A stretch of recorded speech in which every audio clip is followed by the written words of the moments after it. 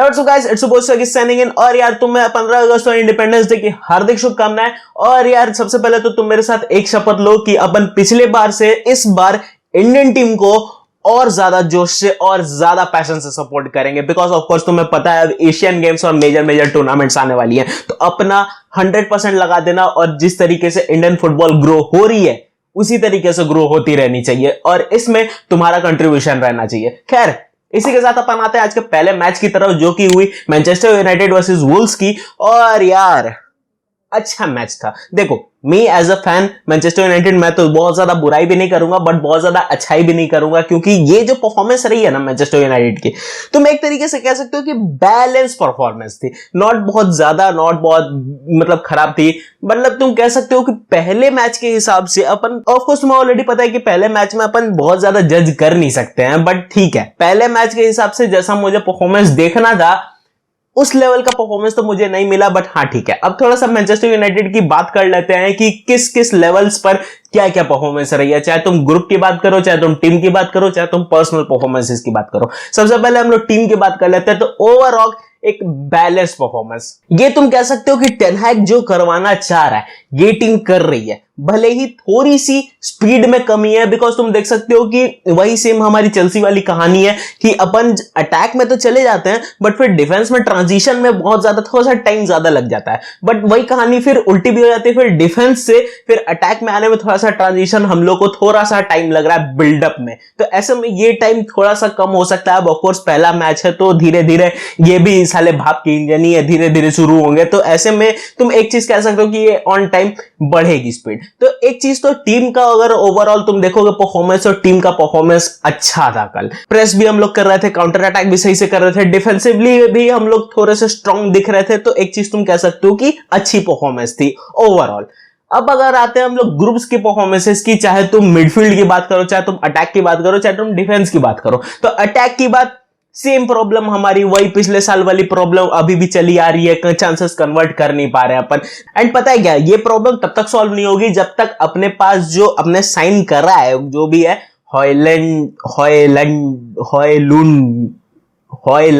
जो भी है, भड़ में गया, उसको जब तक टेन हैग नहीं खिलाएगा ना तब तक ये प्रॉब्लम अपनी सॉल्व नहीं होने वाली है। अब ऑफ कोर्स तुम्हें पता है कि वो इंजर्ड है बंदा, अभी करेंटली देखोगे तो इंजर्ड है, और तुम उसे सितंबर से पहले तो एक्सपेक्ट नहीं कर सकते हो। ये चीज अभी रिपोर्ट्स आ रही है, बट हाँ एरिक टेन हैग खिलाएगा तो ये प्रॉब्लम शायद हमारी सॉल्व हो जाए। मिडफील्ड की बात करें, आज थोड़ी सी मिडफील्ड ऑफ दिखी है। एंड पर्टिकुलरली अगर मैं मेसन माउंट की बात करूं ना, वैसे मेसन माउंट की आगे हम लोग बात करेंगे, तो वो थोड़ा सा इस मिडफील्ड की लाइन में ऑफ दिख रहा था। आज कासेमीरो की भी परफॉर्मेंस बहुत ज्यादा ऑफ रही।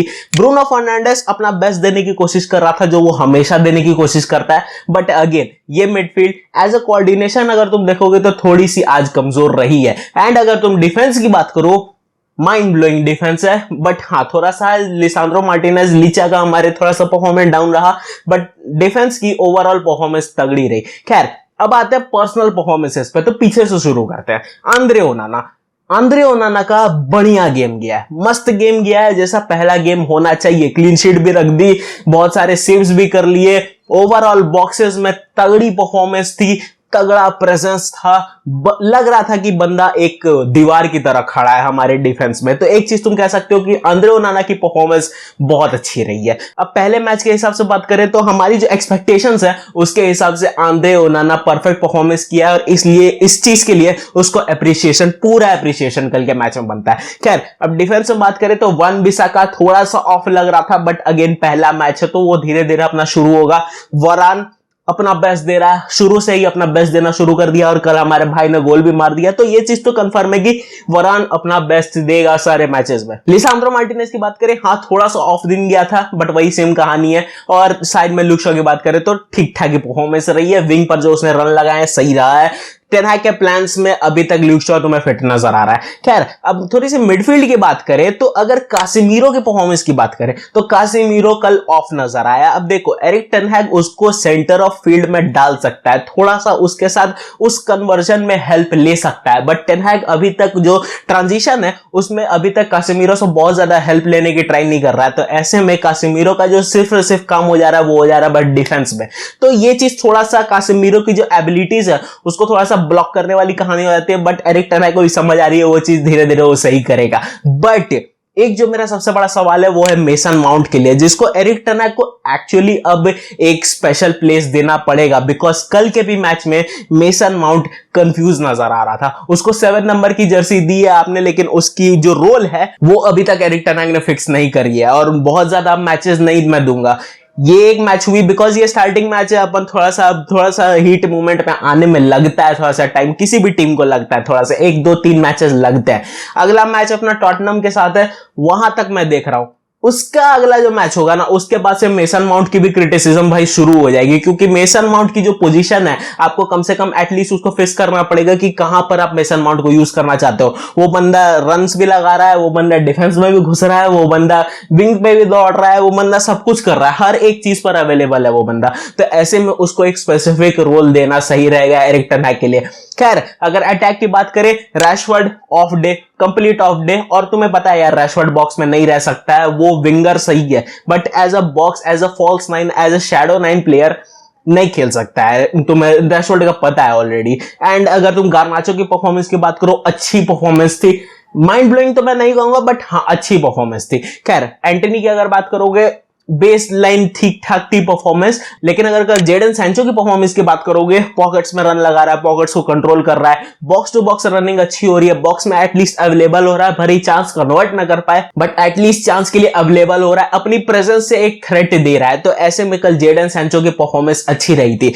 ओवरऑल तुम अगर परफॉर्मेंस देखोगे अच्छी रही, बट हाँ ये स्कोर लाइन जो 1-0 थी, इसको हम लोग और ज्यादा बढ़ा सकते थे, एंड आगे आने वाले मैचेस में इस चीज पर हमें बहुत ज्यादा ध्यान देना पड़ेगा। खैर, तुम्हारा क्या मानना है इस मैच को लेकर? Do let me know in the comment section. And इसके साथ अपन आते हैं आज के सेकंड अपडेट पर, जो की है नेमार को लेकर। और नेमार फाइनली 31 साल की उम्र में अल हिलाल जा चुका, पूरे यूरोप का मोह माया छोड़कर बंदा हमारा भैया सऊदी जा चुका है। अब देखो यार, इस चीज को लेकर मेरे दिमाग में मेरे मन में बहुत सारी मिक्स्ड फीलिंग्स है। मुझे अच्छा भी लग रहा है, मुझे बुरा भी लग रहा है। तुमसे फैक्चुअल बात करूंगा, मुझे जो लग रहा है मैं तुमसे वही बात करूंगा। देखो, मेरे हिसाब से नेमार बार्सिलोना छोड़ना उसकी जिंदगी की सबसे बड़ी गलती थी। बिकॉज देखो, पीएसजी, मुझे नहीं पता तुम्हारी क्या ऑब्सेशन है पीएसजी के साथ, बट मेरी जो ऑब्सेशन है ना बहुत खराब है।